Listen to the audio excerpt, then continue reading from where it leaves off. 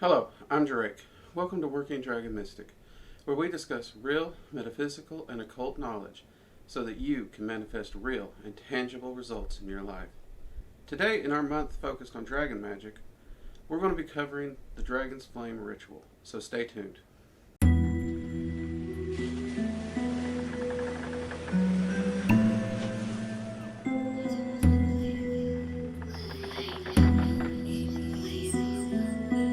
Okay, so as you all know, last week we covered the 9 elemental rulers in dragon magic, and we talked a little about what some of the areas they can work in. And even though that video finished out, I think, at around over an hour, we just barely scratched the surface of what those dragons can do. Now, of course, I did say in that video, a lot of you wanted me to do this video first. But in the end, we had to make a judgment call, and I felt it was better we understood the 9 rulers before we jumped into the ritual. But I still got some emails and questions, and don't worry, here we are, we're going to talk about it. Now, the Ritual of the Flames actually has 4 separate variations. There's 2 that's considered the basic versions, and then there's 2 that's considered the advanced. And they function slightly differently. Because you have a more simpler version of each, as well as a complicated one. Now, what we're going to be covering in this video is actually the simplest of the 4 all around. And this is important because this ritual will help you work on your meditation, as well as your visualization, and can even help you get into trance work. And as a lot of you know, we did a video on astral sanctums. That too can also help with this ritual or your practice of dragon magic. So if you saw that and you've been working with your astral sanctum, awesome. If not, I'll make sure to link the video above and go check that out. Now, what is the Dragon's Flame ritual? Well, in this one, you're only going to be working with the first 4 of the Draconic Rulers. That's actually where the split happens, or at least the first split. And that's because you need to truly get to know these 4 dragons, and you need to truly get to know their energy, and you need to work with them for a good amount of time before you dive in and work with some of those others. Because as we went over in the last video, some of those dragons, their energies can cause massive shifts and change in your life that you may not be prepared to deal with. And we don't want that. And just by using these rituals, you're bringing that power in. Let me explain. In this ritual, we are going to be calling to all 4 of the first Draconic Rulers to pour power into our ritual space, and we're the center point of that. So when you do this ritual, you are swimming in a pool of elemental draconic energy. Now, once you've completed the ritual, you have a few options, and we'll go over these in a bit more detail after I go through the ritual. But, you know, the basics is meditation, trance, spell work, or you can even take time to communicate with one or even all the dragons at once. Though I do recommend one at a time. So, let's get into this. What is the Dragon Flame ritual? Well, it's very simple. It is designed to be done anywhere, and honestly, it's designed that it can be done without any tools, which is one of the great things about this ritual. Dragons do lack the ability for us not to rely on outside tools. I use this ritual a lot when I go traveling in a hotel room. I ain't got room to do anything. So I usually fall back on this. Now, some of you know in my ritual room, I usually sit in a seiza position. That's not required. That's something I choose to just kind of keep some of my muscles flexible, and I find it keeps my back straighter and helps. So that's just personal choice for me. That said, the second most common position for this ritual or meditations, and especially for soul travel and journey work, I use a chair. It's easy, it's comfortable. It keeps your back straight naturally as well. So that's the position I'm going to use for this video, because that's probably the one most people, if not everyone, is able to use. Now, in the off chance that you can't use a chair, you can sit on the floor, you can sit on your bed. If you can stay awake, you can lay down, though I don't recommend it. I don't know why. It's just, it doesn't seem the energy flows as well when I've tested it laying down. But that's something you'll have to decide for yourself.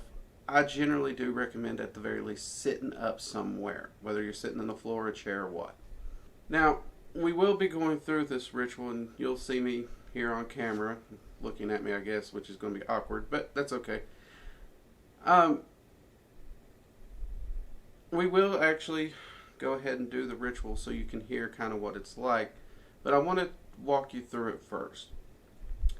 Now, the way this ritual is set up, you do call to each of the Draconic Rulers.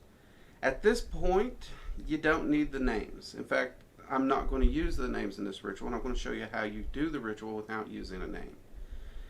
And believe it or not, there's a lot of power in that. And again, we'll be explaining why that's a powerful thing and why I do recommend it. But the way this is set up, it's really, you just substitute one line in every repetition of this particular ritual. The visualization is really where the change up comes. So it starts with earth, it'll move to air, it'll move to fire, and then water.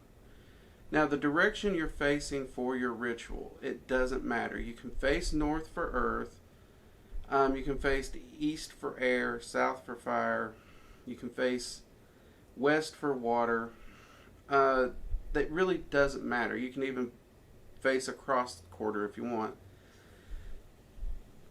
Or you can even align the facing of your ritual with the working you're wanting to do. So, a great example of this is, like I said, when you call them, it doesn't matter which way you're facing. But if you want to, let's say you want to work with the ruler of earth. Well, you could turn earth to north facing so that the ritual is more aligned with that north energy and the ruler of earth, if you wanted to. It's not a necessity, but those are some things you can do. Now, what is the part that's repeated? In the blog post, I'll make sure this is written out, so if you want to, you can go ahead and copy and paste that and read it off. But the example of the call for the ruler of the dragons of earth would be very simple. Ruler of the dragons of earth, I call you. Cleanse, protect, and empower this space with your flame. That is the basic of all four of the calls that we're going to be using. We're just switching out the ruler. So the visualization, like I said, is going to be the big thing we're changing. And I need to cover this because I can't tell the visualization while I'm running through the ritual. So the visualization that you're going to have is you're going to actually see this dragon rising up from its elemental environment. Now, some people see the earth dragon raising up from mountains and rocks. Some people see it raising up from forests. Let the visualization come to you naturally. That'll be great. Now, you also want to see this massive dragon rise up in that direction. So if you're facing south, this dragon's rising up behind you, and you want to visualize that. Let the dragon take its own shape, fill in the colors, create its own appearance to you. Now, the descriptions I gave to you in the previous video, those will definitely be helpful for you to visualize these. If it doesn't appear in your head exactly like that, that's okay. But those are some baselines to get started. Now, as you say the passage where you say, cleanse, protect, and empower this space with your flame, you want to see this dragon just start breathing a massive line of flame straight to your ritual area, impacting at ground zero right where you are. And it's going to do exactly that. It will cleanse the area, it will protect the area, and it will empower the area massively.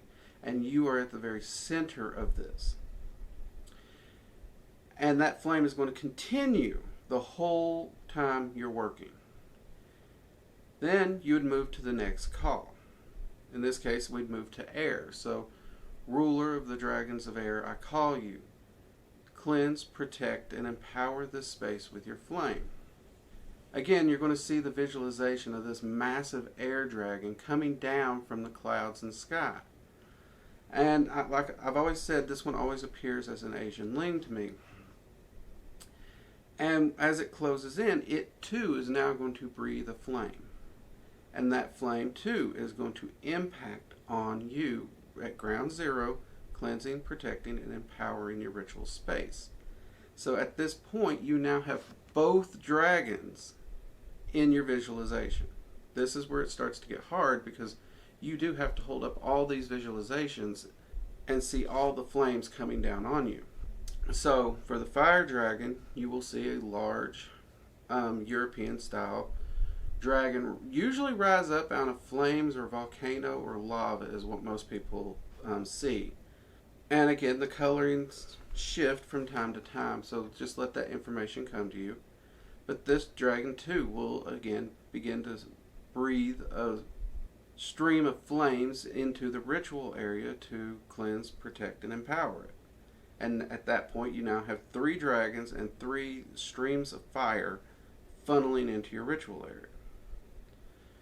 Then you move over to the west, and where the dragon of water will be. Again, this one always has shown up as a Asian ling, the long serpentine dragons.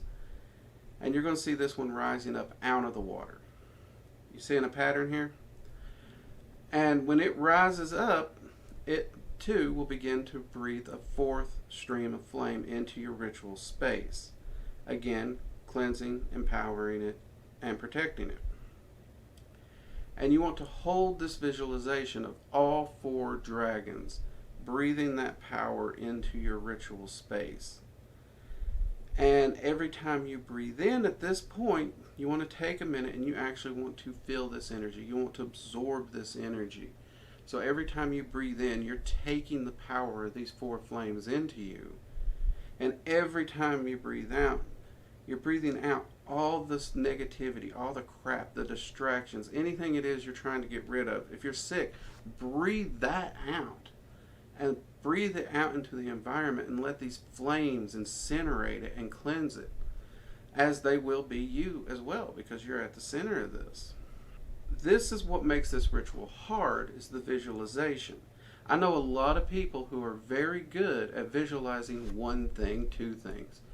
But to visualize 4 massive dragons, because dragons actually have a lot of detail to them, their environments, plus the flames constantly being poured into your ritual area, that is a taxing endeavor. But this is the most basic of rituals when it comes to working with dragon magic.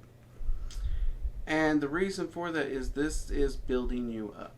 This ritual will get most dragon practitioners, I'd say a good 6 months or more if they wanted. And yes, like I said, there is a more advanced version of this, but we're going to start here. And I would recommend that you work with this ritual until you get it down. You're not struggling with it. You can spend your time there, you can visualize it and all those things. And we'll go over some of the things you can use this for in just a moment. First, let's actually walk through what it would essentially kind of be like if you were watching someone do this ritual, because we've explained the visualizations that's going to be happening at each stage. So let's go ahead and run this through so you'll have an idea. I have a lot of people request that I do this, and I'll try to do my best. I'm not really great doing rituals for people, so I apologize. You'll just have to bear with me. Now, the good thing about this ritual is you don't have to move around. You don't have to turn any of that stuff. So this is actually going to be pretty good for the way the studio's set up, and should make it a little easier to try and get this filmed. First thing you want to do is get comfortable, relax, straighten your back. If your chair is a little bit more relaxed like mine, you might want to actually make sure you do sit up straight and not rely on the back of the chair. I think next time I need to get a chair with more back support, but that's okay. We don't need to worry about that right now. I want you to take a few deep breaths. And I know jets have been flying over, and when I get into doing this ritual, I may not hear them. So I'll do my best to not let the jet noise in, but I also don't want to have to splice and edit the ritual. That kind of takes away from it and the reason for me even showing it. So we're going to try and let this guy pass, and then we'll dive in. Get comfortable, straighten your back. I usually recommend your hands on your lap, but you can put your hands anywhere together in front of you even. I want you to take a few deep breaths all the way in, filling up your entire abdomen. And let that breath out. This will help relax the muscles, relieve some tension. It'll also help focus the mind, clear the cobwebs, which will help with the visualization.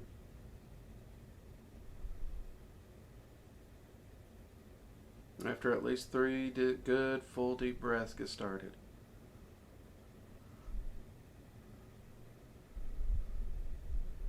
Ruler of the dragons of earth, I call you. Cleanse, protect, and empower this space with your flame.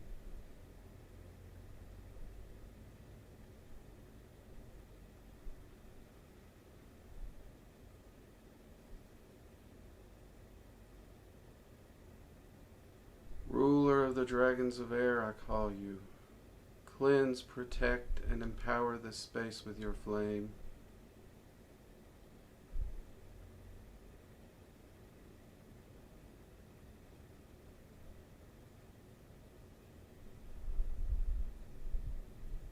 Ruler of the dragons of fire, I call you. Cleanse, protect, and empower this space with your flame.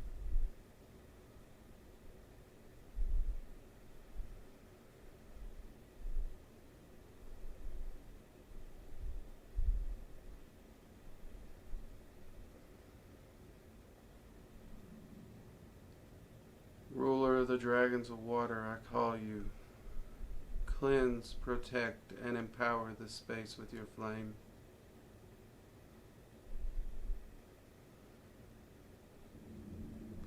And then for closing, rulers of the dragons of the elements, I thank you.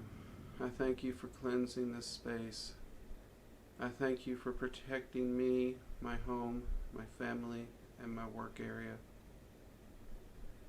I thank you for lending your strength and your power to my workings and to me as we walk together in this path. I thank you.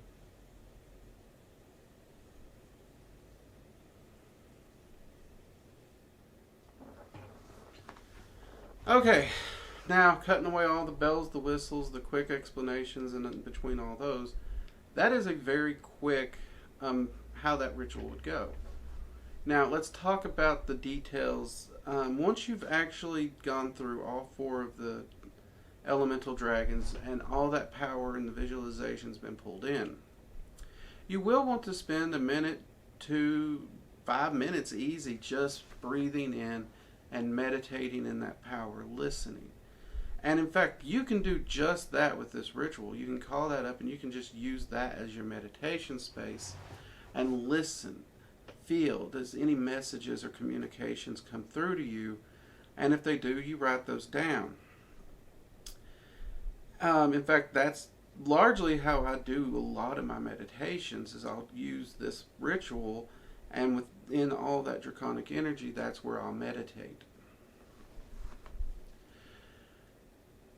Now, other uses, obviously. Once you've spent a minute or 5, and you've absorbed a good amount of that energy, you can also then move on and do spell work, thus utilizing all that elemental energy and that raw primal force that these dragons provide, and funnel that into the spell work you are doing.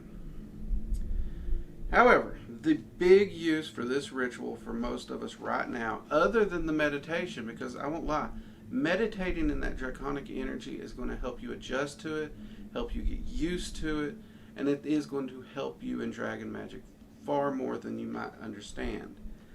But the big thing outside the meditation that we want to focus on is getting to know these draconic rulers. And once you've finished the ritual, That's the point where you want to call out to a specific Draconic ruler. So at the end there, before you closed and thanked them for being there, obviously, you would say something as simple as, Ruler of the Dragons of Earth, I wish to speak with you and get to know you. Join me here and now in this space so that we may speak and get to know each other as friends and allies.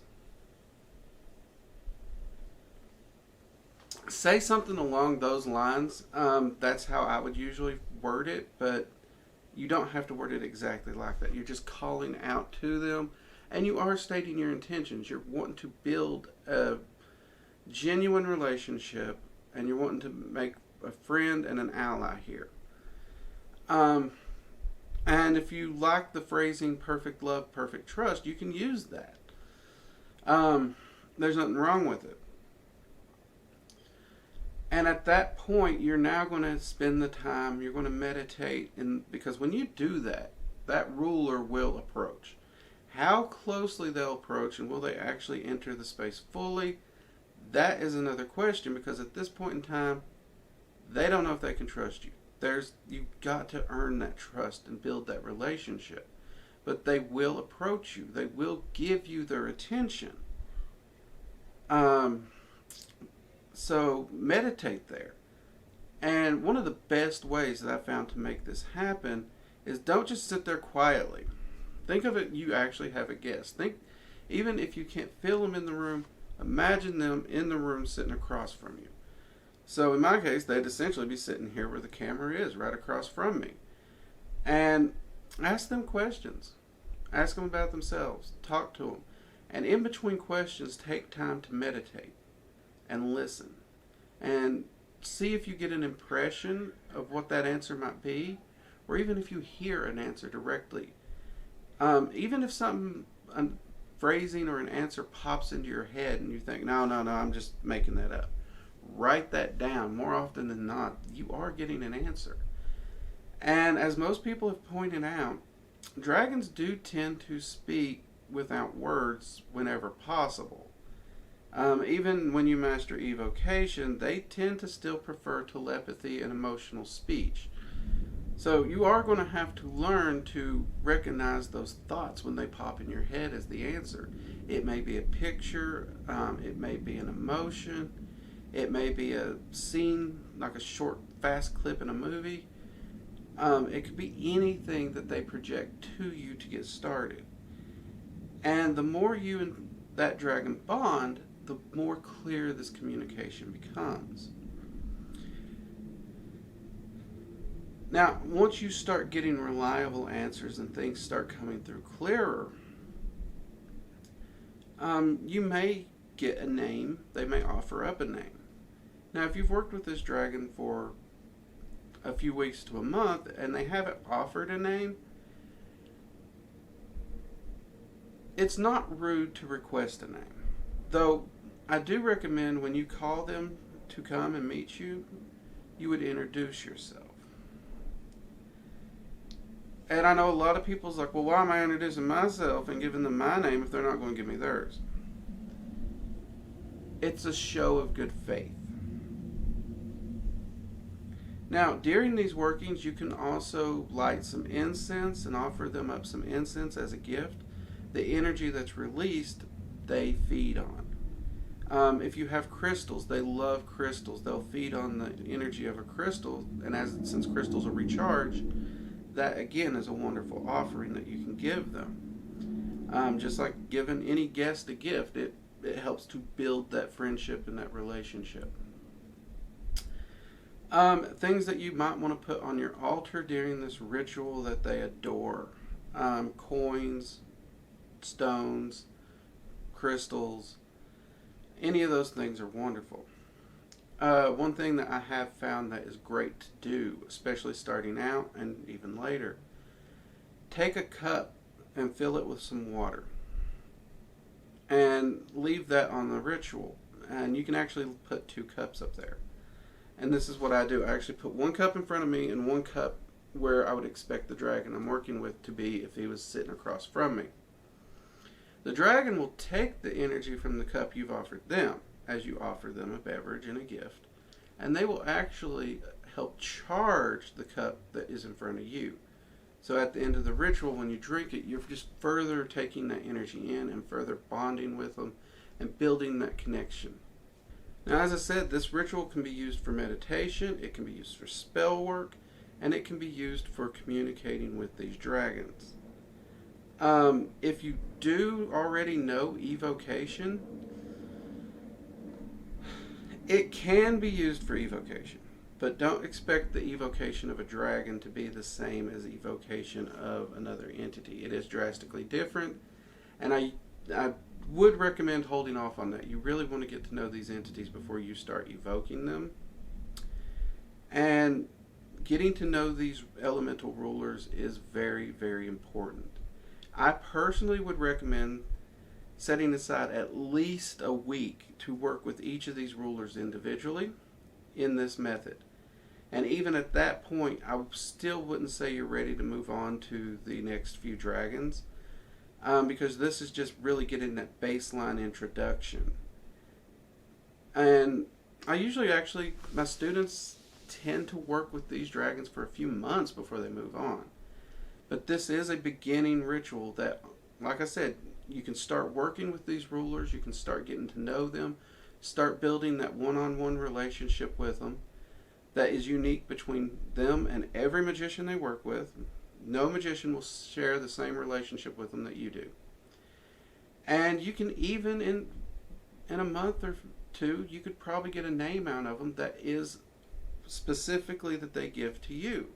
And that's important, because that name is like a speed dial direct line to them. So when you get that name, you can now plug that name into this ritual, and it increases the power of this ritual even further. So, using the Earth Dragon's name that we gave in the previous video, Terrafana, it would change up only slightly, because it would be Terrafana, ruler of the dragons of Earth, I call you. Cleanse, protect, and empower this space with your flame. So now you've got this ritual, you've added in the name that they specifically gave you.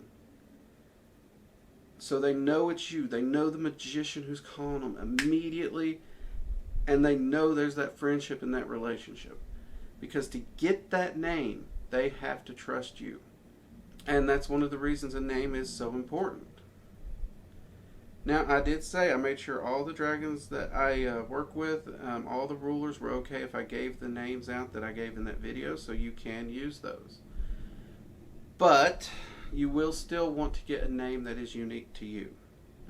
Anyways, I'll leave a write-up of this ritual, how to go through it, and a description of the visualization under each call in the description below and in the blog. We got more videos on Dragon Magic coming this week, so definitely stay tuned. Next week we're going to look at how to reach out and contact your guardian dragon and exactly what that guardian dragon will do for you. So be sure to hit the like button, subscribe, and definitely click that notification bell so that you're notified anytime we release a new video. Also, join us every Sunday at 8 p.m. over on Twitch for the Magical Coffee Hour, where you can join us in the live chat, ask questions. We're always talking about some topic of another, but your question doesn't have to be on that topic. We get off topic all the time in order to answer questions. We love having everybody there. The last few weeks have been an absolute blast. And also, I am getting ready to start a new stream probably in the next 3 weeks. We're looking at calling it Research and Ramblings of a Mage, because a lot of you have been asking for me to talk about my research and what I'm doing and how I do some of my problem solving and what's going on in my practice. I never thought you guys might actually be interested in that, but okay, so that's what we're going to do. But the reason the ramblings are on there is because I don't know how long it's going to take me to talk about what I've been doing that week in my research or anything like that. So it's also just going to be just that. It's going to be sitting down, rambling about anything and everything that might be on my mind and answering questions, again, because That's the beauty there. We'll have that live feed where I can take questions and answer them. So when we get that up, come on over, sit down, have a drink with us, and let's chat about research and whatever we got going on. Also, very soon, within the next week, maybe 2, we will be releasing our Arcane Sight Clairvoyance class on our website, and that class will be absolutely free. Anyways, I hope you all are having a wonderful day. May your path always be blessed. I'm Drake, and this has been Working Dragon Mystic. I'll see you next time. Bye-bye.